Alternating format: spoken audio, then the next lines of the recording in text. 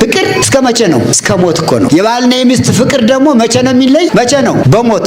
ያለዚያ ምስማርና ማገር ናቸው ባልና ሚስት። አንተ ራሳችሁን ዝቅ አድርጉ ይላል። ራሳችሁን ዝቅ አድርጉ። ባል ለሚስቱ፣ ሚስት ለባሏ ይከባበሩ። ወንዶች ሚስቶቻቸውን ይውደዱ። ወንዶች ሚስቶቻቸውን ይውደዱ። ክርስቶስ ቤተክርስቲያንን እንደወደዳት አድርገው ይውደዱ ነው። የባልና የሚስት ፍቅር እንዲህ በክርስቶስ የተመሰለ በፍጡር እኮ አይደለም። እናንተ ሴቶች ቅድስት ቤተክርስቲያን እኮ ነው። ክርስቶስ ቤተክርስቲያን እንደወደዳት ስለ ቤተክርስቲያን ራሱን ለሞት አሳልፎ እንደሰጠላት ባሎች ለሚስቶቻቸው ራሳቸውን አሳልፈው መስጠት እስከሚገባ ድረስ እስከ ሞት ድረስ ክርስቶስ ራሱን ለቤተክርስቲያን ቤዛ አድርጎ ሰጥቶላታል። ባልም ለሚስቱ ራሱን ቤዛ አድርጎ ሊሰጥላት ይገባል ይላል። ክርስቶስ ቤተክርስቲያንን ንጽሕት ቅድስት እንዳደረጋት ንጹሕ አድርጎ ቀድሶ በደሙ እንደዋጃት በመስቀሉ እንደቀደሳት እንዲሁ ሴቶች ለባሎቻቸው የተቀደሱ ሊሆኑ ይገባል ይላል። ቤተክርስቲያን ለክርስቶስ ታማኝ እንደሆነች ሚስት ለባሏ ታማኝ መሆን ይገባታል። ሚስቱን የወደደ ራሱን ወደደ። አሁን አንድ ባል ሚስቱን ከወደደ እሷን መውደዱ አይደለም፣ ማንን መውደዱ? ራሱን። በጣም ብዙ ሰዎች የተሞኙ አሉ። ለካ እስካሁን ሚስቶቻቸውን እየጠሉ ራሳቸውን እየጠሉ አሉ ማለት እኮ ነው። ሚስቱን የወደደ ራሱን ወደደ ከተባለ ሚስቱን የጠላ ደግሞ ማንን መጥላቱ ነው? ከቶ ራሱን መጥላት የሚችል ማን ነው ይላል። አካሉን መጥላት የሚችል አለ ወይ? ከእያንዳንዱ ሰው እጁ እዚህ ላይ አንድ ነገር ቢሆን ቢቆስል የሚጠላለ ራሱን ቢያመው ቆርጦ ይጥላል ይላል። እጁ እዚህ ላይ ብትቆስል ቆርጦ ይጥላታል? አይጥላትም። ሊያድናት እጁን ወደ ሕክምና ወደ ጤና መኮንኖች ሂዶ እጁን አስመርምሮ እጁን የሚያድንበትን ምክንያት ነው የሚያስብ እንጂ ቆርጬ ልጣል አይልም። ቶሎ ቆርጣ አይጥላትም። እጁን ይጥራል፣ ጠበል ይጥራል፣ ባህል መድኃኒት ይጥራል፣ በሕክምና ይጥራል። እጁን ምን ያደርጋታል? ያድናታል። ምን ስለሆነች? አካሉ ስለሆነች። ባልና ሚስት አካል ናቸው አለ። አንድ አካል። ከቶ ራሱን መጥላት የሚችል የለም። ሚስቱን ጠላ ማለት ራሱን ጠልቷል ሊለው ይላል።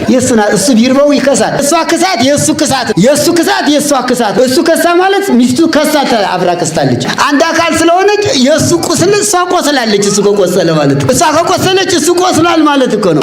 የእሱ አካል የእሷ አካል ስለሆነ አይደል? የወዲያኛውን ዓለም አንዱ ናችሁ ወርሱ ዘንድ እንደ አንድ ልብ መካሪ እንደ አንድ ቃል ተናጋሪ ሁናችሁ ኑሩ። ባልና ሚስት ስንት ልብ አላቸው? አንቺ አንዱ ዳቦ ነሽ፣ አንተ አንዱ ዳቦ ነሽ። ትቀምሰው ግን ስንት ሆነ? ጣሙ ስንት ሆነ? እናንተ በአካል ሁለት ስትሆኑ በፍቅር ስንት ናችሁ? በትዳር ስንት ናችሁ? በመውለድ ስንት ናችሁ? በመኖር ስንት ናችሁ? ይሄ ነው የባልና የሚስት ትዳር። ወልድ ወመንፈስ ቅዱስ አሐዱ አምላክ በስመ አብ ወወልድ ወመንፈስ ቅዱስ አሐዱ አምላክ በስመ አብ ወወልድ ወመንፈስ ቅዱስ አሐዱ አምላክ አሜን። ቸርነት የባህሪ ገንዘቡ የሆነ ቸሩ አምላካችን ልዑል እግዚአብሔር ከዚህ ሰዓትና ከዚህ ዕለት አድርሶ መከራውን አርቆ በቸርነቱ ጠብቆ በሀብቱ ስቦ በረድኤቱ አቅርቦ ከሩቅም ከቅርብም ሰብስቦ ዕለተ ሰንበትን ሰንበተ ክርስቲያንን ምክንያት በማድረግ በጉባኤ ተገኝተን ቃሉን እንድንማማር ስርዓተ ቤተ ክርስቲያንን ጠብቀን ጋብቻችን አክብረን ቤተሰባችን በሚገባ መርተን አሳድገን በዚህም ዓለም በወዲያኛውም ዓለም ክብረ ሥጋ ክብረ ነፍስ በረከተ ሥጋ በረከተ ነፍስ እንድናገኝ ፈቅዶ የሰበሰበን ልዑል እግዚአብሔር ስሙ ለዘላለም የተመሰገነ ይሁንና መምህር ፍቅረ ማርያም የዚህ ጉባኤ እናንተ መምህረ ንስሐ አባት ሌሎቻችሁ ሊቃውንተ ቤተ ክርስቲያን ምዕመናን በየስማችሁ በየማዕረጋችሁ በየክብራችሁ በየጾታችሁ ለእናንተም እንደሚገባችሁ አንድ አምላክ በሚሆን በአብ በወልድ በመንፈስ ቅዱስ ስም እንደምን አደራችሁ? እንደምን ሰነበታችሁ? እንደምን አረፈዳችሁ? አሜን። እግዚአብሔር የአምላካችን ስሙ የተመሰገነ ይሁን። እመቤታችን ወላዲተ አምላክ ቅድስት ድንግል ማርያም በረከቷና ጣዕሟ ፍቅሯ ከሁላችን ጋር እንዲሆንልን ቅዱስ ፈቃዱ ይሁንልን። አሜን። ዛሬ ህዳር 1 ቀን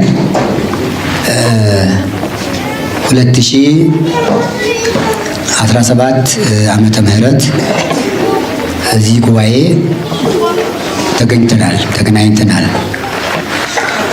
3ኛ ወር ነው እንደ ኢትዮጵያ አቆጣጠር ከመስከረም ጀምሮ ሲቆጠር 3ኛ ወር ነው።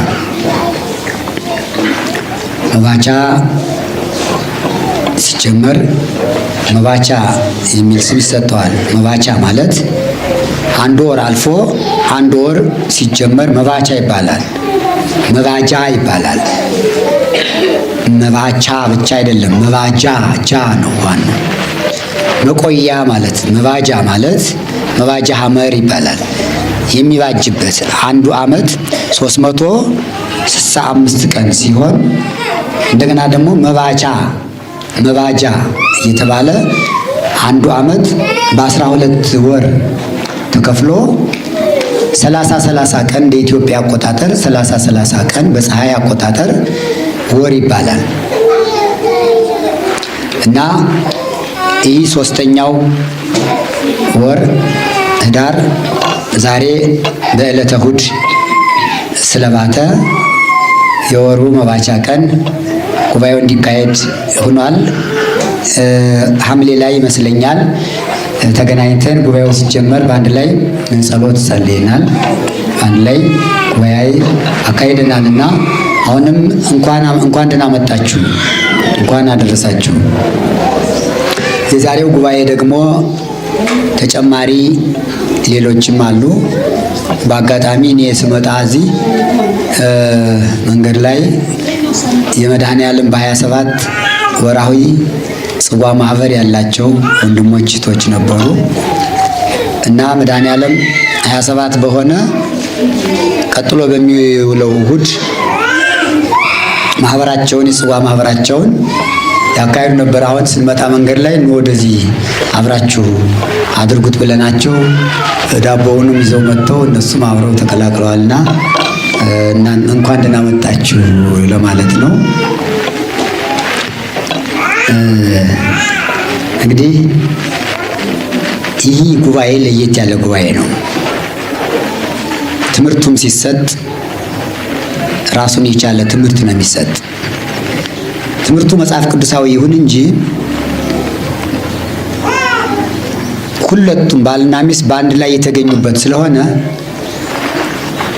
በበለጠ ትኩረት የሚሰጠው ለዚህ ጉባኤ ስለ ትዳር፣ ስለ ባልና ሚስት ፍቅር፣ ስለ ልጆች አስተዳደግ፣ ስለ ንስሐ፣ ስለ ቁርባን ባልና ሚስት አብረው ስጋውን ደሙን መቀበል እንደሚገባቸው ለመንፈሳዊ አገልግሎት ንቃትና ብቃት እንዲኖራቸው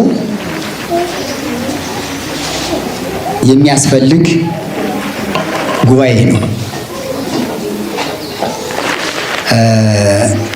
በተለይ ከመጽሐፍ ቅዱስ ክፍል ቅዱስ ጳውሎስ ስለ ቤተሰብ ጽፏል። ከሌሎቹ ሐዋርያት በተለየ መልኩ ከሌሎቹ ሐዋርያት ለየት ባለ መልኩ የምዕመናንን ምንነት በደንብ አድርጎ ከሜዳ እስከ ጓዳ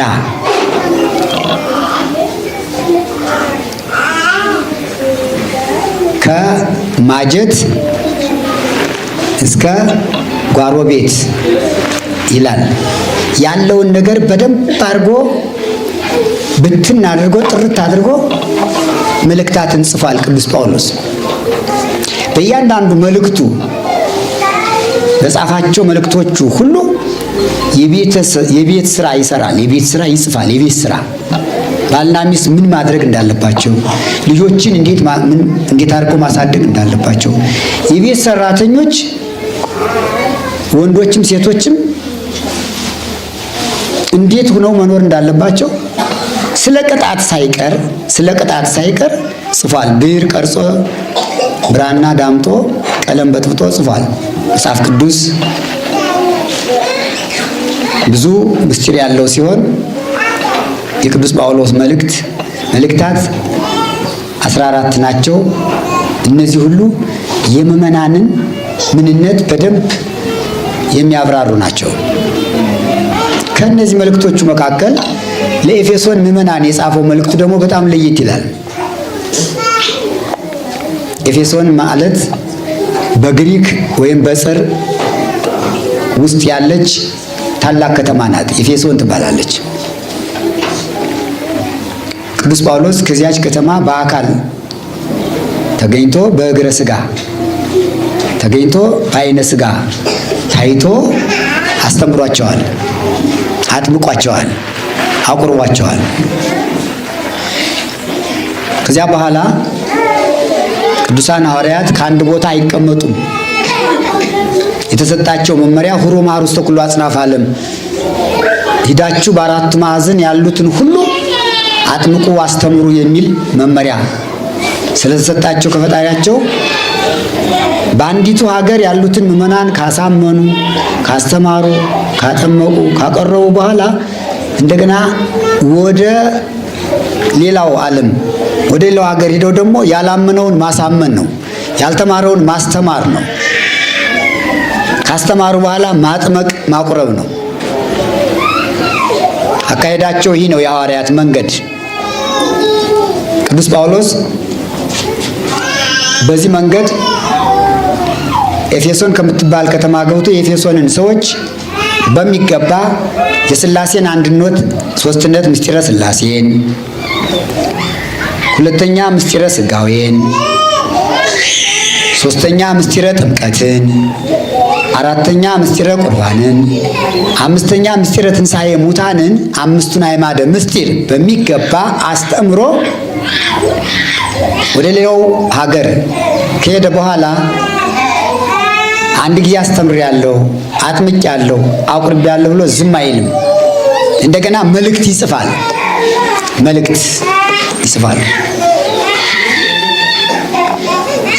መልእክተ ጳውሎስ ሐዋርያ ሀበ ሰብአ ኤፌሶን ይላል መነሻው የመጽሐፍ ቅዱሱ። የቅዱስ ጳውሎስ መልእክት አርስቱ ወላይ ራሱ ላይ መጀመሪያው ላይ ምንድነው የሚለው? የቅዱስ ጳውሎስ መልእክት ወደ ኤፌሶን ሰዎች የተጻፈ ይላል። ቅዱስን ገልጦ እንዲያ ነው የሚል ወደ ቆሮንቶስ ሰዎች የተጻፈ፣ ወደ ቆላሲስ ሰዎች የተጻፈ፣ ወደ ተሰሎንቄ ሰዎች የተጻፈ፣ ወደ ገላትያ ሰዎች የተጻፈ እያለ ይሄዳል። እነዚህ ሁሉ ሀገሮች ናቸው። የምዕመናን ፍቅር ስላለው ምዕመናንን ስለሚወድ በየሀገሩ ላሉት ምዕመናን መልእክት ሲጽፍ የክብር መልእክት መጀመሪያ እግዚአብሔርን ያመሰግናል። ይትባረክ እግዚአብሔር ይላል። እግዚአብሔር ክብር ይመስገን። አቡሁ ለእግዚእነ ኢየሱስ ክርስቶስ፣ ጌታችን መድኃኒታችን ኢየሱስ ክርስቶስ የባህሪ አባቱ እግዚአብሔር አብ ክብር ይመስገን ይልና ወለእግዚእነ ኢየሱስ ክርስቶስ፣ ጌታችን ኢየሱስ ክርስቶስም ስሙ የተመሰገነ ይሁን ይልና ለቅዱሳን እልሃለሁ ውስተ ብሔረ ኤፌሶን፣ በኤፌሶን ከተማ ለምትገኙ ምዕመናን ይድረስላችሁ ይላቸዋል። አክብሮ ነው ለቅዱሳን ይላቸዋል። ቅዱስ ማለት የተለየ የበረታ የጸና ማለት ነው እና ከአማንያን ለተለያችሁ፣ ከአረማውያን ከመናፍቃን ለተለያችሁ፣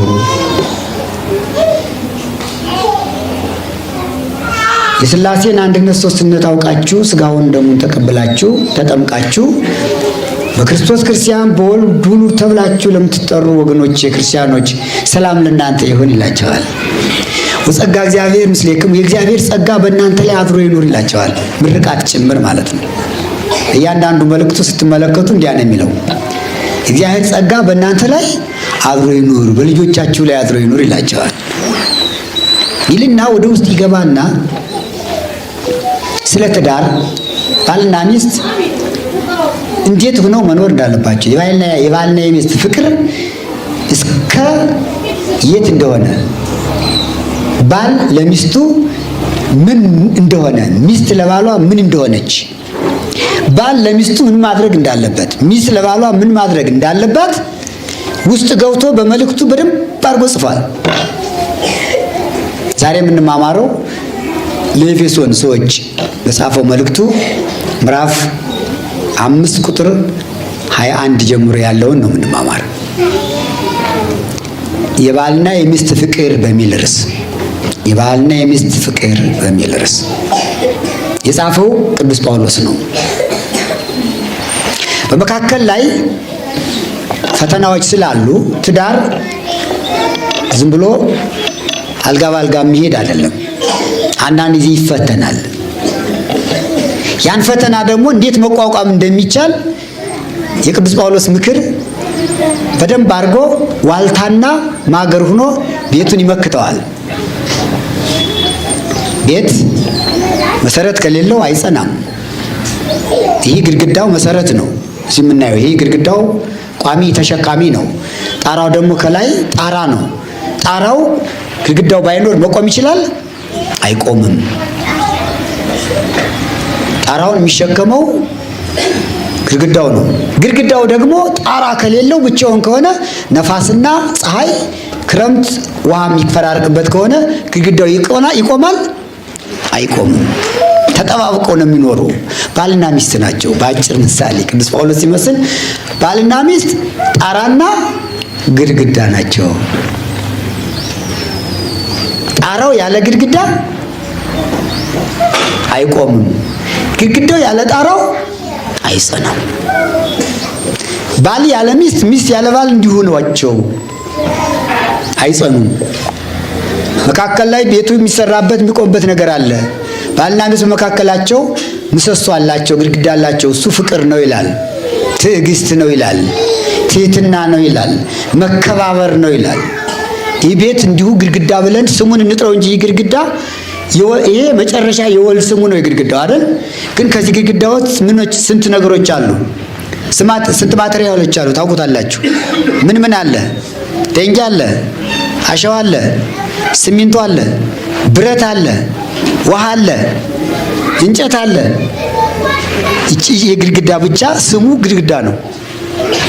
በውስጡ ግን ብዙ ነገር፣ ይህ ጣራም ብዙ ነው። አኮርኒሱ ጀምሮ ከላይ አውራጅ አለ፣ ምስማር አለ፣ ቆርቆሮ አለ፣ ብዙ ነገሮች አሉ፣ ጌጦች አሉ። ይህ ቤት መስኮት አለው፣ በር አለው። ዝም ብሎ ድፍን አይደለም። ድፍን ቢሆን ግን ቤት አይባልም። ምን ይባላል? ቤት ሲባል እኮ የተሟላለት ቤት ነው። መስኮት ያለው በር ያለው ቤት ነው ቤት የሚባል። ድፍን ከሆነ ስም አለው። ምን ይባላል? ድፍን፣ ሰው የማይገባበት ማለት ነው። ትዳርን በዚህ ይመስለዋል ቅዱስ ጳውሎስ። ባልና ሚስት ጣራና ግድግዳ፣ ማገርና ዋልታ ናቸው። ምስማርና ማገር ታውቁታላችሁ አይደል? የምስማርና የማገርን ፍቅር ታውቁታላችሁ? ሀሌለው ሳኒድ የእንጨቱ ማገር ከምስማሩ ጋር እንዴት እንደሚስማማ ታውቁታላችሁ? ካልነቀሉት ይነቀላል ምስማሩ። ለመንቀል ምን ያህል ኃይል እንደሚጠይቅ ታውቁታላችሁ አይደል? አንድ ምስማር ለመንቀል። ትዳር እንደዚህ ነው፣ ቶሎ የሚነቀል አይደለም፣ በቀላል የሚፈርስ አይደለም። ከሌላውም የማገርና የምስማር ፍቅር እስከ መቼ ነው? እስከ መቼ ነው ታውቁታላችሁ? እስከ ሞት እኮ ነው። የማይሞት እኮ የለም። ቤት አርጅቶ ሲፈርስ ያን ጊዜ ምን መሆኑ ነው? መሞቱ ነው። ምስማሩ የሚነቀል ምን ሲሆን ነው? ቤቱ ሲያረጅ ነው። ያን ጊዜ ሞተ ማለት ነው። የባልና የሚስት ፍቅር ደግሞ መቼ ነው የሚለይ? መቼ ነው? በሞት ያለዚያ ምስማርና ማገር ናቸው ባልና ሚስት ይልና አተቱ ርዕሰክሙ እናንተ ራሳችሁን ዝቅ አድርጉ ይላል። ትሕትና ይባላል ይሄ። ራሳችሁን ዝቅ አድርጉ። ባል ለሚስቱ፣ ሚስት ለባሏ ይከባበሩ። ክብር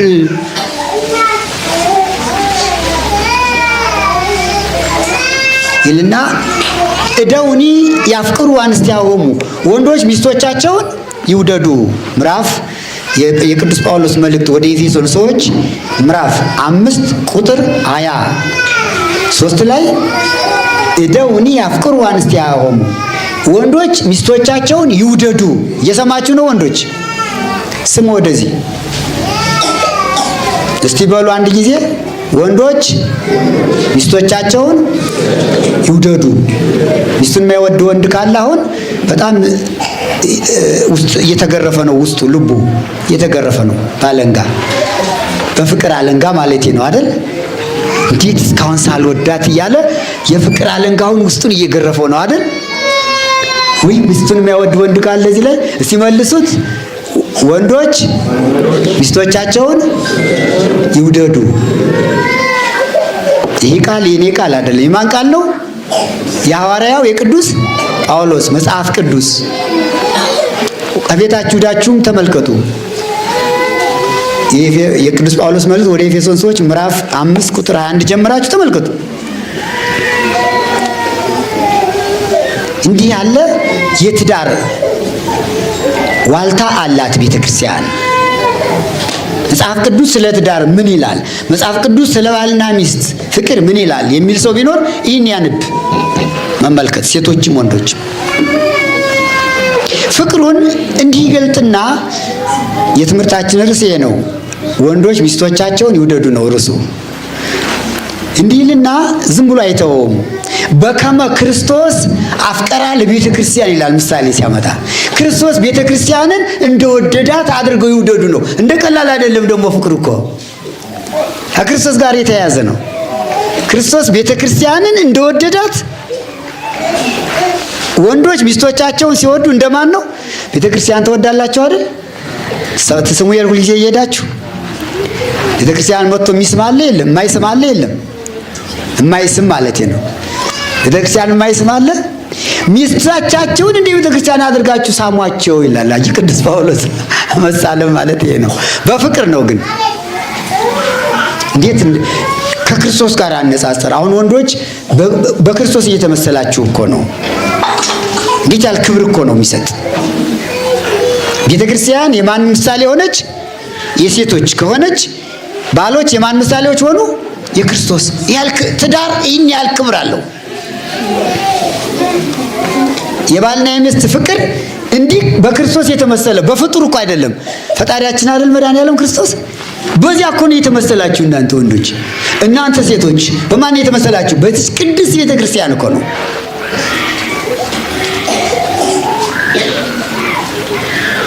በከመ ክርስቶስ አፍቀራ ለቤተ ክርስቲያን፣ ክርስቶስ ቤተ ክርስቲያን እንደወደዳት ወመጣው እርሶ በእንቲያ፣ ስለ ቤተ ክርስቲያን ራሱን ለሞት አሳልፎ እንደሰጠላት ይላል።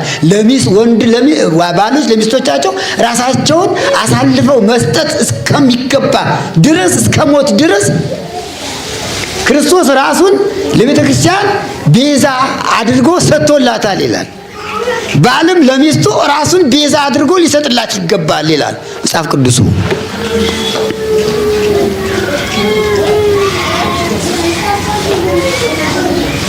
ወረሰያ ንጽሕተ ወክብርተ፣ ክርስቶስ ቤተክርስቲያንን ንጽሕት ቅድስት እንዳደረጋት ንጹሕ አድርጎ ቀድሶ በደሙ እንደዋጃት በመስቀሉ እንደቀደሳት እንዲሁ ሴቶች ለባሎቻቸው የተቀደሱ ሊሆኑ ይገባል ይላል። ቤተክርስቲያን ለክርስቶስ ታማኝ እንደሆነች ሚስት ለባሏ ታማኝ መሆን ይገባታል ይላል።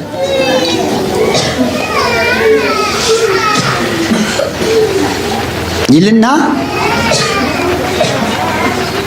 ወንዶችን ሊጨርሰው ዛፍቀረ ብሲቶ ርሶ አፍቀረ፣ ሚስቱን የወደደ ራሱን እስቲ በሉ፣ ሚስቱን የወደደ ራሱን ወደደ በሉ። ጻፍ ቅዱስ ላውጥ ይችላል ብላችሁ ያው ነው ብዬ ነው። ጳውሎስ ያው ነው። አንድ ርዕስ ብቻ ነው የምንማረውም በኤፌሶን መልእክት ብቻ ነው። ሌላ ብዙ አንጠቅስም። ሚስቱን የወደደ ራሱን ወደደ። አያችሁ የሚገርም መልእክት። አሁን አንድ ባል ሚስቱን ከወደደ እሷን መውደዱ አይደለም፣ ማንን መውደዱ ነው? ራሱን። በጣም ብዙ ሰዎች የተሞኙ አሉ። ለካ እስካሁን ሚስቶቻቸውን እየጠሉ ራሳቸውን እየጠሉ አሉ ማለት እኮ ነው። በዚያው አንጻር እኮ ሚስቱን የወደደ ራሱን ወደደ ከተባለ ሚስቱን የጠላ ደግሞ ማንን መጥላቱ ነው? ማንን መጥላቱ ነው? እስከዚህ ድረስ ነው እንግዲህ መጽሐፉ የሚያስተምረን ይልና እስመ አልቦ ዘይጸል ርሶ፣ ከቶ ራሱን መጥላት የሚችል ማን ነው ይላል። አካሉን መጥላት የሚችል አለ ወይ? ከእያንዳንዱ ሰው እጁ እዚህ ላይ አንድ ነገር ቢሆን ቢቆስል የሚጠላለ የራሱን አካል ማለት ነው። ራሱን ቢያመው ቆርጦ ልጣለው ይላል። እጁ እዚህ ላይ ብትቆስል ቆርጦ ይጥላታል? ይጥላታል? አይጥላትም። ሊያድናት እጁን ወደ ሕክምና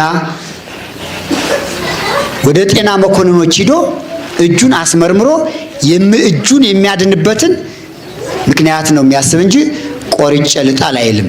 ሐኪሞች እንኳን ምናልባት አንዳንድ ጊዜ አይ ይሄ በሽታ ወደ ሌላው ይዛመታል ይቆረጥ ሲሉት እንኳን ቶሎ አይልም ይላል።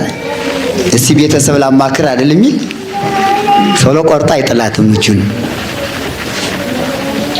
ይጥራል፣ በጸበል ይጥራል፣ በባህል መድኃኒት ይጥራል፣ በሕክምና ይጥራል። እዚያ ምን ያደርጋል? እጁን ምን ያደርጋታል? ያድናታል። ምን ስለሆነች ነው? አካሉ ስለሆነች። መድኃኔዓለም ክርስቶስ ደግሞ በማቴዎስ ወንጌል ምዕራፍ 19 ቁጥር 4 ላይ ብሲ ወብሲት አሐዱ አካል፣ ባልና ሚስት አንድ አካል ናቸው ይላል። አካልነቱን ደግሞ ሲገልጽ ማለት ነው። ወንዱ እቺ አካሉ ጣቱ አካሉ ስለሆነች እንደማይቆርጣት፣ ሚስት ደግሞ ለባሏ አካል እንደሆነች ራሱ ባለቤቱ መድኃኔዓለም ብሲ ወብሲት አሐዱ አካል፣ ባልና ሚስት ስንት አካል ናቸው አለ? አንድ አካል። ይህን ነው ቅዱስ ጳውሎስ ጠቅሶ ከቶ ራሱን መጥላት የሚችል የለም፣ ሚስቱን ጠላ ማለት ራሱን ጠልቷል ይላል።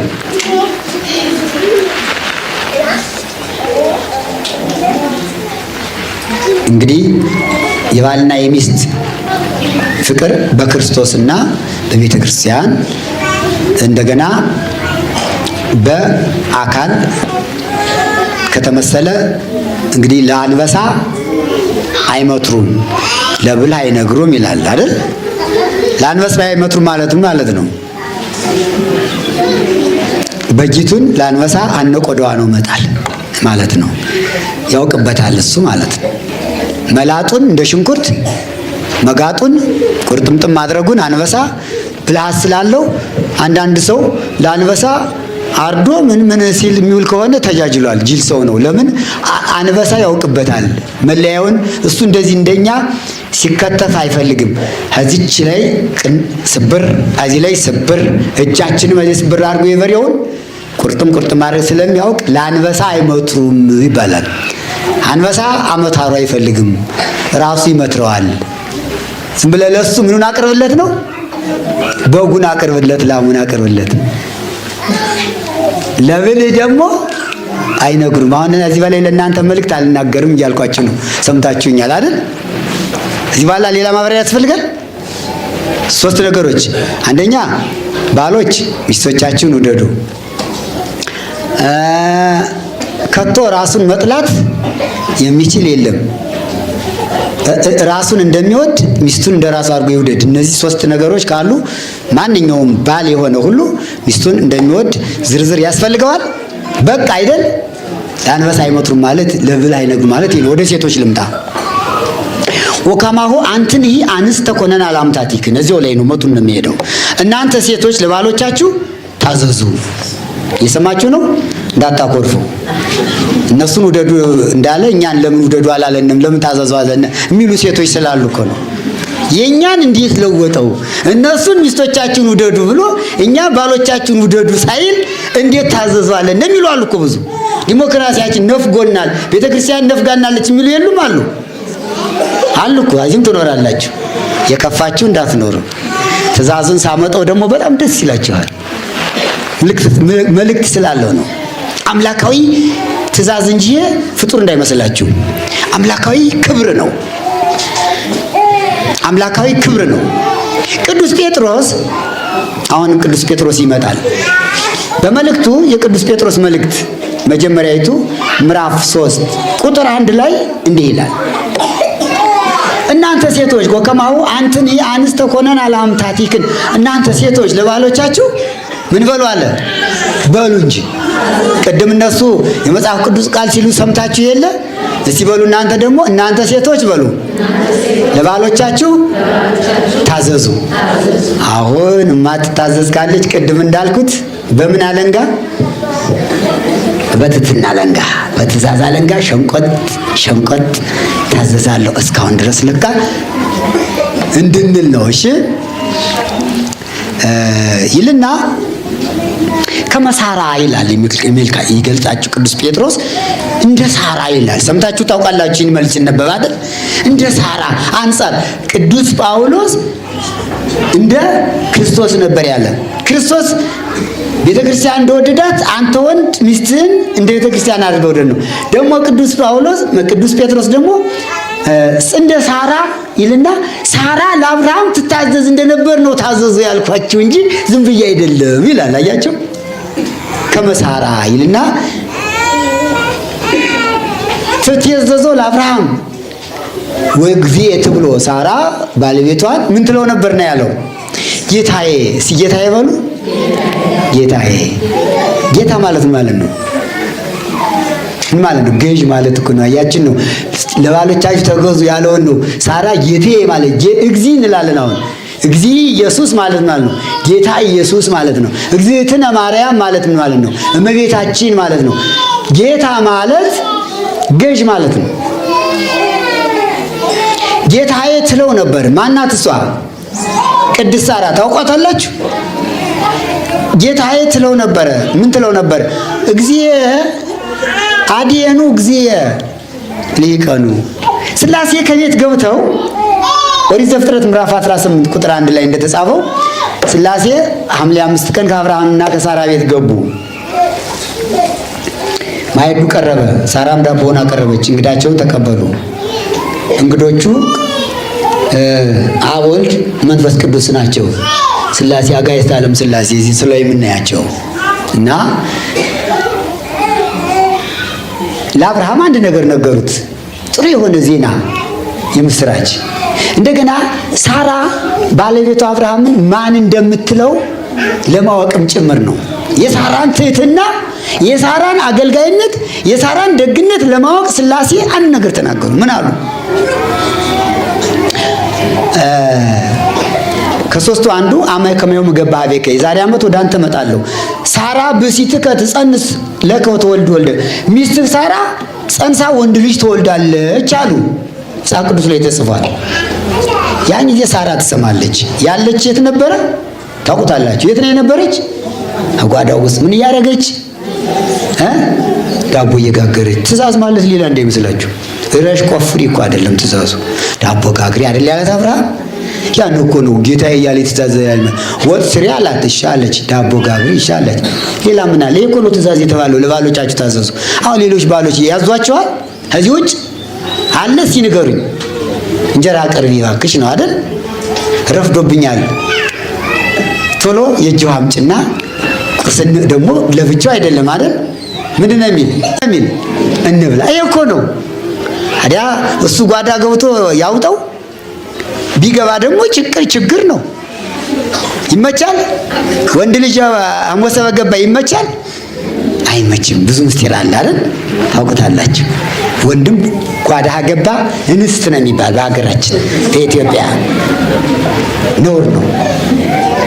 የሴቶች ራሳቸው የሆነ ጸጋ እግዚአብሔር አላቸው። ከጓዳቸው ራሱን የቻለ የምስጢር ዕቃ አላቸው። በተፈጥሮ የተሰጣቸው አይደል? ያን ገብቶ ወንድ የሚያይ ከሆነ ይሄ ወንድ አይባል። እንስት ማለት ሴት ማለት ነው። በተፈጥሮ ወንድ ነው፣ በግብሩ ሴት። ሚስቱ ገብቶ ምጎጎ አብሮ እንትን የሚል አሁን የሚባለውን ተውት ዝም ብላችሁ። እንደ ወንድ እኩል ናቸው ወጪ ስራ የሚለውን አይሰራም። አትጠቀሙበት። አይጠቅምም፣ አይረባም። መጨረሻ አንድ ችግር እነግራቸዋለሁ።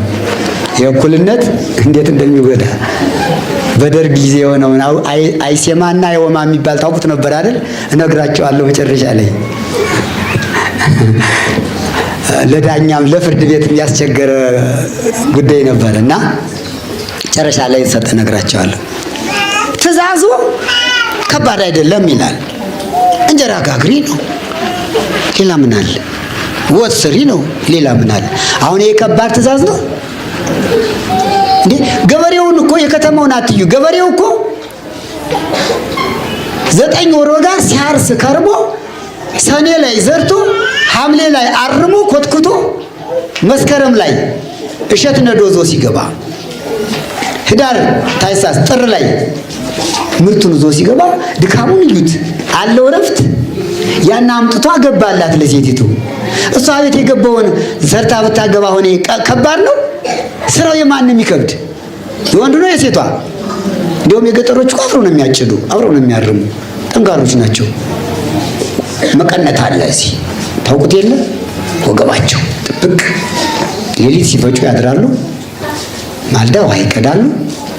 የሰራተኛውን ምሳ እንደየአካባቢው ይሰራሉ። ጠላው ይጠመቃል። እንጀራው ተጋግሮ ያንን ሄደው ከስራ ቦታ ተሸክማ ሄዳ አብራ ስትአጭድ ትውላለች ሴቷ። አሁን ያ ወደኛ ቢመጣ እንችለዋለን? ትችሉታላችሁ? አዲያ ትእዛዝ ማለት እኮ ይኸውላችሁ እናቶቻችን ደስ ነው የሚላቸው አዲያ ያንን ትእዛዝ እንደው አታውቁትም ብዬ አይደለም፣ ታውቁታላችሁ ብዙዎቻችሁ ገጠር መቼም ብዙ ሰው ገጠሩን ስለሚያውቀው እና ይሄ ትእዛዝ እሱ የውጩን አንቺ የውስጡን ነው። ትእዛዙ የጋራ ነው። አዳምን ምንድን ያለው? ጣፈ ገጽከ ብላ ወጥተህ ወርደህ ወዝ ተንጠብጥቦ ብላ አይደል ያለው? የውጩ ለአንተ የፀሐዩ ለሔዋን ምንድን ነው የተሰጣት? ትልቅ ዕድል እኮ ነው። አቤት አትውጭ አይመታደል አጥላሽ ወይ እኮ ነው ትእዛዝ እኮ እኮ ነው። አቤቱ ነሽ ጋግሪ፣ ከራበሽ ቆርሰሽ ጉረሽ አይደል? ከወጡ አጥቅሰሽ ከዳቦ ቆርሰሽ ብይ። እሱ ግን በፀሐይ ይዋል አይደል? ትእዛዙ የማን ነው የሚከብድ? የወንዱ ነው የሴቱ? አዲያ ሴቶች ለባሎቻቸው ይታዘዙ ሲባል የወንዱን ትእዛዝ ቀላል አድርገን እናየው ይሆናል። እና ሥላሴ ወንድ ልጅ ትወልዳለች ሲሉ ሳራ ሳቃለች። ምን ታሳቃለ ሳራ? ሳራን ምን አሳቃት አሉ? አልሳኩም እኮ አለች። ስቃለች። ያው ታውቁታላችሁ ፍርሃት ስላለ ማለት ነው። አድርጓ አላደረኩም ማለት በቁጣ ከመጣ ትክክል ነው አለ። አሁንም አለ አይቀርም አለ የለም አለ ኧረ አላውቅም አለች አይደል? መጀመሪያ ኋላ ስንግባባ ነው እንጂ ማን ሰበረው? ኧረ የሰበረውን አላውቅም። እቺ የፍርሃት ናት። አሁንም አትለቅም እና አልሳኩም አለች። ስቃለች። ስቀሻል እንጂ መሳቅ ስቄያለሁ። እንግዲህ ምንድን ነው እግዚእ አድኅኖ አለች። መጣች እንግዲህ ጌታዬ። ሥላሴ ፊት እኮ ነው ጌታዬ ያለችው። ሴቶ እየሰማችሁ ነው? ሥላሴ ፊት ምን አለችው? መጽሐፍ ቅዱስ ላይ ተጽፏል። ጌታዬ አብርሃም እኮ ሽማግሌ ነው አለች። ጌታዬ ሥላሴ ፊት ተቀደሰች ሴት እቺ ናት ሳራ። ሥላሴ እዚያ ቁጭ ብሎ አብርሃምን ማን አለችው? ከማን ፊት? እናንተ አሁን ባሎቻችሁን ከሰው ፊት ምን ትሏቸዋላችሁ? ስም ታወጣላችሁ ለባላችሁ? አሁንማ ዘመኑ ቀርቷል። በዚያው በቃ ልጆች ባልና ሚስት ሲሆን አሁን አንጠልጥሎ ሕፃኑ አባቱን ጌታውን ከሆነ ጌታውና አይደል የሚለው? እናቱ ገነት ከሆነች ገነት ነይ አይደል የሚል? ከዚህ ጀምሮ እኮ አላስተማርናቸውም ሕፃናትን። እንዴ የአባት ስም እኮ አለ፣ የእናት ስም እኮ አለ። ልጆች እኮ አባት እናታቸውን በስማቸው አይጠሩም። ይሄ ምንድን ይባላል? ስርዓት አለማስያዝ ነው። በስርዓት አለማሳደግ። አብርሃም ሳራን እመቤቴ ነው የሚላት። ሳራ አብርሃምን ማን ነው የምትለው? ጌታዬ። አሁን ጌታዬ ብላችሁ ጠርታችሁ ታውቃላችሁ? አላችሁ የጠራችሁ? እንደ ሳራ ነው እኮ ያለ ጴጥሮስ። እናንተ ሴቶች ባሎቻችሁን አክብሩ ካለ በኋላ እንደማን አለ? እንደ ሳራ። ሳራ አብርሃምን ማን ትለው ነበር? ጌታዬ። እስኪ ጌታዬ በሏቸው አንድ ጊዜ በሉ። ዛሬ እንኳን እንደው እኔ ፊት ሲበሉ ባልሽን ጌታዬ በይው። የሰማህ ነው? ማን ተባልክ? አንተሳ ማን ትልስ? ደግሞ እናንተ በሉ ማን ትሏቸው ሲበሉ? አያችሁ ክብር። ማን ተባላችሁ ዛሬ? ኧረ ይሄ ነው ባልና ሚስት ማለት። አባቶቻችን የነ ቅዱስ ጴጥሮስ የነ ቅዱስ ጳውሎስ ትምህርት መጽሐፍ ቅዱሱ ይህን የሚያስተምር መተባበር፣ መፈቃቀር፣ መዋደድ ከስም ይጀምራል። መጀመሪያ የቃል ነው ፍቅር። የቃል በቃል እየተጎነታተሉ በውስጥ እንዋደዳለን ይሆናል። ፍቅሩ ያለ ምን ላይ ነው? መጀመሪያ እዚህ ነው የሚጀምር። ማን በማለት ጌታዬ። ማን በማለት ይገርማቸዋል። የቀድሞ ወላጆቻችን፣ እናቶቻችን፣ አባቶቻችን እንግዳ ሲመጣ አሁንም አሉ በስም አይጠሩ። ወይዘሮ ገሊት ነይ ነው የሚሉ እናቶቻችን ሲጠሯቸው እኔም እሰማለሁ። አንጠልጥሎ አንቺ ገሊት አይባልም። ወይዘሮ ገሊት ነይ አይደል? እናቶቻችሁ አባቶቻችን እናቶቻችን ሲጠሯቸው አንጠልጥለው አይጠሯቸውም። ማን ብለው ነው የሚጠሯቸው? ወይዘሮ ገሊት ነይ ነው ሰው ፊት። ይሄ ክብር ነው። ሴቶች ደግሞ ባሎቻቸውን ስም ያወጡላቸዋል። ጌታዬ የወል ነው ስም አለው እያንዳንዱ። እንደ ዛሬውን እንጃ እንግዲህ አላውቅም። ስም ያወጣችሁ ካላችሁ ታውቃላችሁ አይደል? በቁልምጫ ጥሩ ነው ይጠራራሉ። ዛሬም አንዳንዶቹ ስም አለ፣ ግን የሚያወጡት ስም አለ። መከባበራቸው ከቃል ይጀምራል ለማለት ፈልጌ ነው። ከዚያ በኋላ ወደ ውስጥ ሲገባ ደግሞ እንዲህ ያሉ ሰዎች ይመጣሉ። ይህን ያህል ዳቦ ጋግሪ፣ ይህን ያህል አድርጊ። አብርሃም ያላት ማለት ነው። ዱቄቱን ስፈሪ ሲላት ስንት መስፈሪያ ስፈሪ አላት? 3። ዳቦው ስንት ይሆን አለ? 1። 3 ማንኪያ ዱቄት ስፈሪና ዳቦውን ምን አድርጊው አላት? 1 ዳቦ። አያችሁ፣ ትእዛዝ ማለት ይሄ እኮ ነው። እናንተ ሴቶች ለባሎቻችሁ ታዘዙ። ሳራ አብርሃምን ትታዘዘው ነበር ይልና ትእዛዙ ምንድን ነው ሲባል 3 መስፈሪያ ዱቄት ሰፍረሽ 1 ዳቦ አድርገሽ ጋግሪ። ይሄ ነው ትእዛዙ እኮ ቅድም ያልኩት ማለት ነው። ጋግሪና እንብላ ነው አይደል? እኮ ይወልን የጋራ እኮ ነው አይደል? ትእዛዙ እኮ የጋራ ነው እንጂ ብቻውን ይበላል እንዴ? እናንተ ውስጥ ገብታችሁ በቅቤ ብታሹት በተልባ ብትጨብጡት ጭብጦ ማን ያውቃል? እሱ ያውቃል። የእናንተ እኮ ነው። ወንዱ ብቻ እንግዳ ይመጣል እንዲህ አድርጊ ነው። እንዲህ ነው የእናቴ አባቶቻችን የእነ አብርሃም ማለት ነው። መጽሐፍ ቅዱሳዊ ትእዛዝ የባልና የሚስት ትእዛዝ ታክብር ሲባል ይህ ነው። ሌላው ፍቅር፣ የባልና የሚስት ፍቅር ከቶ ራሱን የሚጠላ የለም እንዳለው አካሉን የሚጠላ የለም። ሚስት ባሏ ቢታመም ቢቆስል ምን ቢል የራሷ አካል እንደቆሰለ ማየት አለባት። አጥባ ምን ብላ የሚገባውን ነገር አድርጋ። ባል ሚስቱ ብትታመም ብትቆስል ምን ብትል እንደራሱ አድርጎ ይውደዳት ማለት የራሱን አካል ቅድም እንዳልኩት ማለት ነው እንደማይጠላ ሁሉ ሚስቱን መጥላት የለበትም። ታመመች፣ ደከመች። አሁን አንዳንዶቹ ሴቶቹ ሲወልዱ ደከም ይላሉ አይደል? ያን ጊዜ ወደ ሌላ የሚሮጥ አለ። እናንተን አይደለም አይባልም፣ ኖር ነው። ደክማ እንደሆነ እንድጠነክር መባሊቱን ማቅረብ ነው። ሰውነት የሚያጠነክረውን የሚያፋፋውን ምንድነው? ሰውነት የሚያጠነክር የሚያወፍር አታውቁም?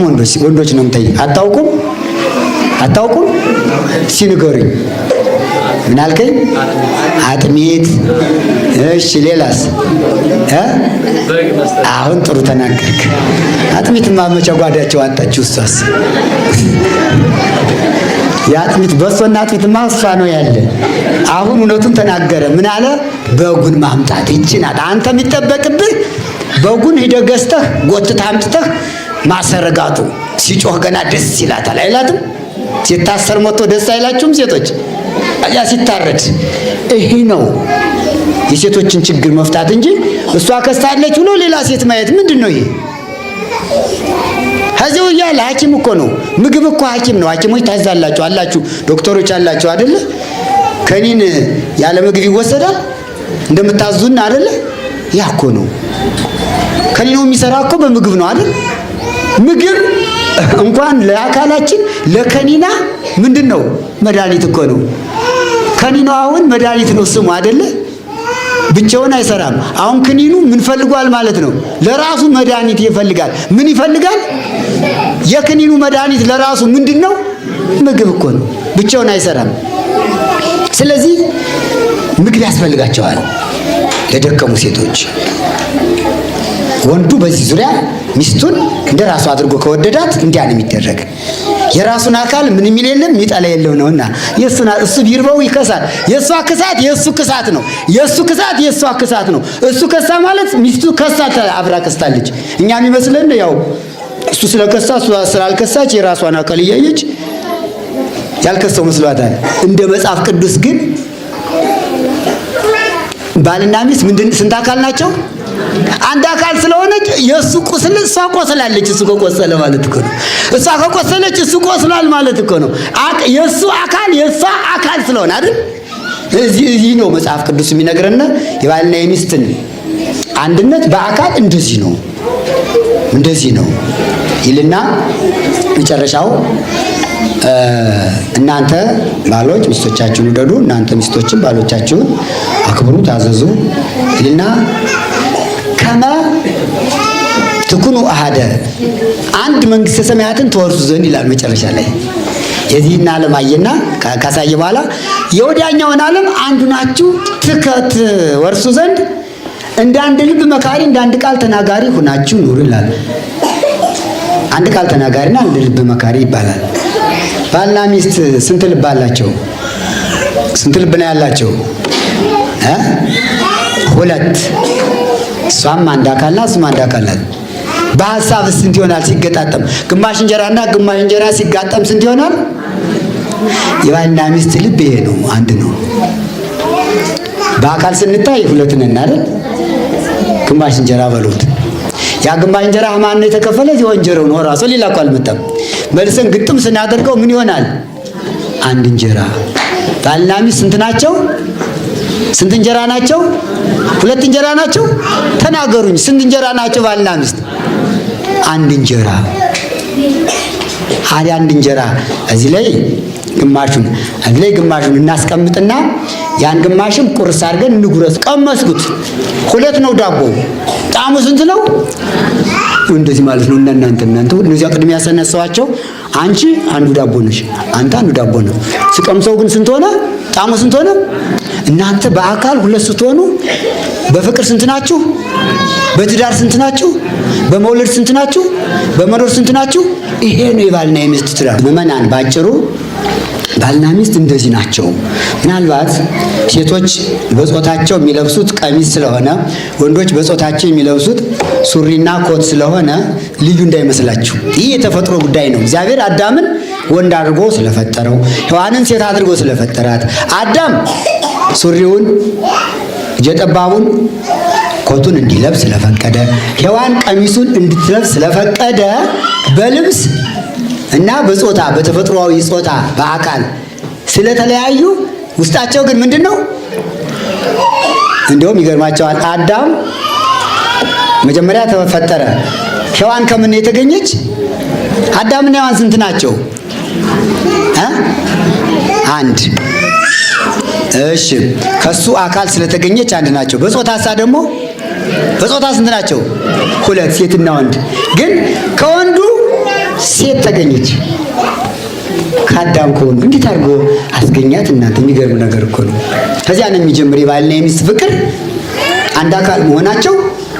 ሔዋን ከአዳም አካል ተገኘች፣ በጾታ ግን ሁለት ሆኑ። ተመልሰው ደግሞ ቅድም እንዳልኳችሁ ግማሽ እንጀራ ብዙ ምስጢር አለው፣ ታውቁታላችሁ አይደል? እንጀራው ሲቆረስ ይለያያል፣ ደግሞ ኋላ ግጥም ይላል። ታውቁት የለ? እስከ መጨረሻው ምስጢሩን ወቁት እናንተ ታውቁታላችሁ፣ እንዴት እንደምትኖሩ አኗኗራችሁን እናንተ ወቁት። አንድ ቀን አብራችሁ፣ አንድ ቀን ደግሞ ኋላ ሌሊት አንድ እንጀራ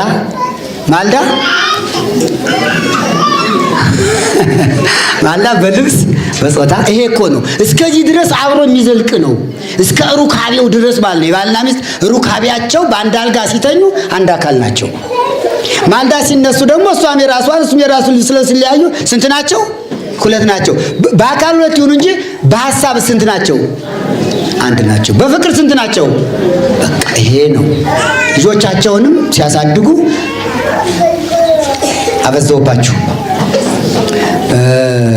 ባንድ ሆነው ነው። አንድ ነገር ጨምሬ ጨርሳለሁ። አንዳንድ ጊዜ አንዳንድ ቤተሰብ ከሴቶችም ከወንዶችም አንድ ሐሳብ ሳይሆኑ ልጆች እናሳድጋለን እያሉ የገንዛ ልጆቻቸውን የሚያበላሹ ሰዎች አሉ። ወላጆች እናንተም ይኖራል። አሁን አባት ልጆቹ እንዲማሩ በደንብ እንዲማሩለት ይፈልጋል። ስለዚህ ጧት ተነስተው ታጥበው ቁርሳቸውን በልተው ወደ ትምህርት ቤት እንዲሄዱ፣ ትምህርት ቤት ብለው መጥተው መክሰሳቸውን በልተው እንዲያጠኑ ልጆቹን በደንብ አድርጎ ይቆጣጠራል አይደል? እናት በዚህ መካከል አባትና ልጆችን ለማለያየት አባታችሁ ሳይመጣባችሁ በልታችሁ ውጡ ብላ አባታቸውን እንደ ጠላት ታስፈራራበታለች።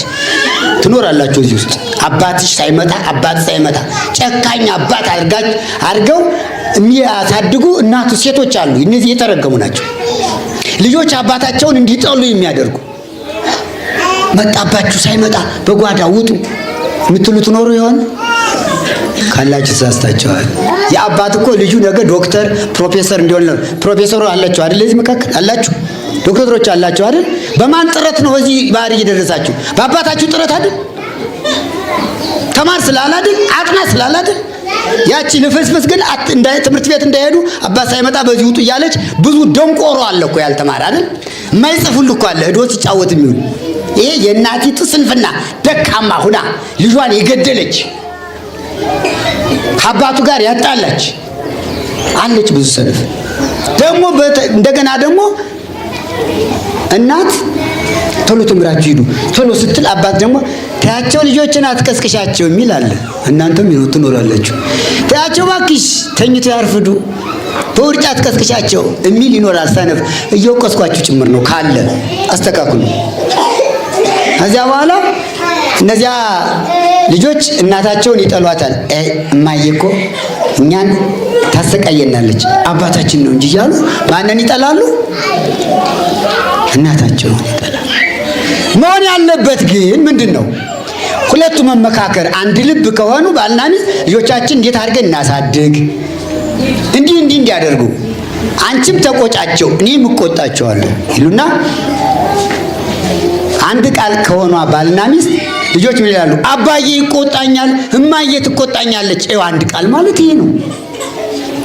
ወደ ትምህርት ቤት ይሄዳሉ። ይህ ካልሆነ ግን ልጆች እየተገደሉ ነው። አስተዳደግ እኔ ገጥሞኛል። እንደዚህ ሊጋቡ መጡ።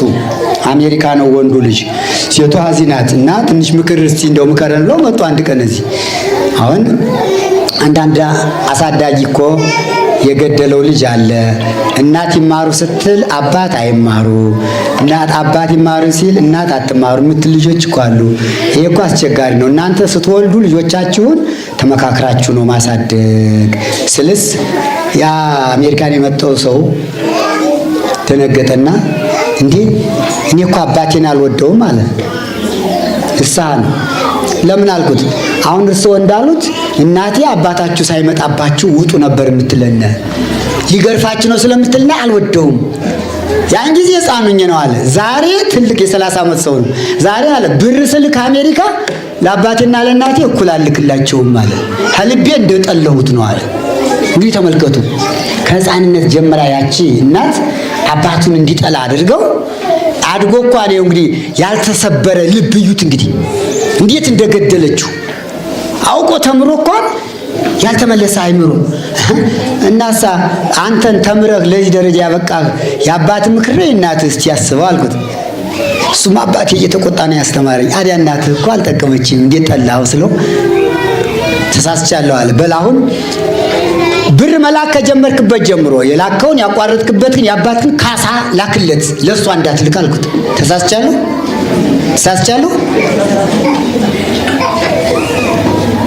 ተሳስተሃል ነው የምትሉ መቼም ለራሳችሁ ካደላችሁ። እንዴት አትርዳታ? እኔ እኮ እንደ አትርዳታ አይደለም ያልኩኝ፣ እኩል ማድረግ አለብህ ነው አይደል? ኧረ ደግሞ እንዲህ ብለው ያስተምራሉ እንዳትሉ ገብቷቸዋል። ለአባቴ አልሰጠውም ለእናቴ ብቻ ነበር ስላለ ተሳስተሃል። ለአባትክም ለእናትክም እኩል ስጥ ነው ያልኩኝ። እሺ እንጂ ለእናት አትስጥ እንዳልኩ ኧረ እኒስ ጨካኝ ናቸው እንዳትሉኝ። እኩል አድርግላቸው ነው ያልኩ። እናንተ እኩል ቢሆን አትወዱም? እኩል ቢረኩላችሁ አትወዱም? እንደዚያ ነውና ይህ ገጠመኝ ስላለ ልጆቻችሁን በሚገባ አሳድጓቸው። እናትም አባትም አብራችሁ ነው መቆጣት እንጂ አባት ብቻ እናት ብቻ አንዱ መካሪ አንዱ አስተካካሪ መሆን የለበትም። እየጨረስኩ ነው። የቅድማል ልጨርሳት መሰል የእኩልነት የሚለው ባልና ሚስት በደርግ ጊዜ አይወማና ይሴማ የሚባል ነበር አይደል? ታውቁታላችሁ? ደርሳችኋል። እና የሴቶችም መብት በጣም ቢከበር እየተባለ በደርግ ነው ተሹመው አይሴማ እየተባሉ በቃ ባል ሚስቱን መንከባከብ አለበት ማለት አለበት እያለ ስልጠና ይሰጣል በወረዳው። አንዲቱ ሴት ባልሽ ያክብርሻል ያክብርሽ ምን ተብሎ ተሰጥቷታል። መጣችና አንድ ቀን አንተ እኮ እንግዲህ በኋላ እኮ አንተ ልክ እንደኔው ነህ እኔን ልትንከባከብ ይገባሃል አለችው። እንዴት አላት። ምንድነው ነገሩ አላት። እግሬን ታጥባለህ፣ ልብሴን ታጥባለህ፣ እንጀራ ትጋግራለህ፣ ወጥ ትሰራለህ፣ ዳቦ ትጋግራለህ። አሁን እኮ ቢረከባት ነገር ነው የምትል አሁን ማጀቱን ቢረከበው ወንድ አይ እየተዋወቅነ ቀምሶ ሲወጣ እንኳን በጣም ነው የምትጨነቅ። ከባድ ነው የያዙት ነገር ሲያጡት ነው የሚታወቅ። አሁን ወንዱ ልግባና በይ ውጭ ቢላት አትችልም። ትችላላችሁ? ጉርስ አለች እብስ ለሕፃኑ ነው ለእናንተ አይደለም። ሕፃኑን ጥርቅ እብስ ወጭቷን እብስ ጉርስ አይደል? ያቻ አትገኝማ። እንድትስቁ ብዬ ነው እንጂ ትጎርሳላችሁ ማለት አይደለም። እና ይሄ ነው አለችው። ዘረዘረች ነው። አይ ጉድ እንዴት ያለ መንግስት መጣ ደግሞ ዘንድሮ ሳለና እኛ ፍጩ ጋግሩ ተባል ነው። እሺ እና በምን ልጀምር አላት። እግሬን ታጥባለህ ዛሬ አለችው። ነው አዎ። እንዴት አድርጌ ነው የማጥብ? ውሃ ታሞቃለህ አለችው። እሺ ጥሩ። በምን ላሙቀው? በብረት ድስት። በደንብ ላሙቀው ወይስ እንደው ለብ ላድርገው አላት። እንዴ በደንብ አፍልተህ ኋላ ውሃ ትጨምራለህ እንጂ እንዴት በደንብ አፍለውተዋል። እሺ አፍልቶ አመጣ። አፍልቶ እንዳመጣ በእግርሽና አምጪ ቀረብ። ውስጡ አለ አይደል? ውስጡ ነዶ የለ ሊያነዳት ነው። አልገባትም። ይችሞኝ በሐሳብ ስላናደደችው ሊያነዳት ነው እግሯን። በይ ልብስሽን ከፍ ከፍ አድርጌ። እሺ በይ ውሃ አድርግበት። እሺ ቆይ ላምጣሽ። ልጀምርና አመጣለሁ። ታውቁት ተንኮል እስክመጣ ከባድ ነው። እዚያ እንዲህ ያደርግና አነሳና ሲለያን ውሃ ያፈሰዋል። ታን ለቀቀችው። ተላላጠ። ባቷ ላጥላጥ ይለይልሽ እንግዲህ ጨምሮ ያኔ በርድስቷ እዚያው ትተኛለ። ስትታመም አስታምማታለሁ እንጂ በህይወት እያለችማ የሷን እግር አላጥም ማለት እኮ ነው። አታመመች ግድ ነው አይደል? በህይወት ግን እንዴት ይሆናል? ከዚያ በኋላ ሪታ መጣ። አይሰማናት ያንተኖቹ መጡ የነበረው ያ ፖሊሱ ምናምን መጣ። እንዲያርገኝ አንተ እንዴት አደርጋለህ? እኩልነት ቢል መንግስት አንተ እንዴት ተጫወት? ኧረ እኔ አልተጫወትኩም። እንዴት ያዘዘችኝ ነው የሰራው። ዳኛ ቀረበ። ምን አለችህ? እግሬን ታጥባለህ አለች። እሺ በቀዝቃዛ ነው በሙቋ? እሺ በምን ላፍለው? በብረት ድስት አፈለው። አምጥተህ ጠበኝ አለችኝ። አጠብኳት። ሌላ ምን ሰራው? አንቺስ ታዲያ እንግዲህ ዳኛ እኮ አስቸጋሪ ነው አይደል? አንቺስ ታዲያ ባይሆን በአንቺ አፍልተሽ ብታቀርቢለት ምን አለ? በሉ እንግዲህ ባልና ሚስት ስለሆነ ታረቁ ተብለው ታረቁ ይባላል አይደል? እና አንዳንድ ጊዜ ግፍ ጥሩ አይደለም ለማለት ነው። እና እንግዲህ ወንዶች ሚስቶቻችሁን ራሳችሁ አድርጋችሁ ውደዱ፣ ከቶ የሚጠላ የለም ነው። ሚስቶች ባሎቻችሁን አክብሩ ነው። ተከባብረን ኑር። ፍቅር ዋልታና ማገር ግድግዳ ስለሆነ ባልና ሚስት ከሞት በቀር አይለያዩም። እሺ ቃላችሁ ነው። ከሞት በቀር አይለያዩ። የቅዱስ ጳውሎስ መልእክት ወደ ኤፌሶን ጻፈው መልእክት ይህን ይመስላል። ርዕሱ ወንዶች ሚስቶቻችሁን ውደዱ፣ ሴቶች ባሎቻችሁን አክብሩ። ይሄ ነው የትምህርቱ ርዕስ። ጨርሻለሁ። ስብሐት ለእግዚአብሔር። ይቆየን። አሜን። በስሙ መሰብሰብ፣ በስሙ መስራት፣ ስለ ስሙ መኖር፣ በስሙ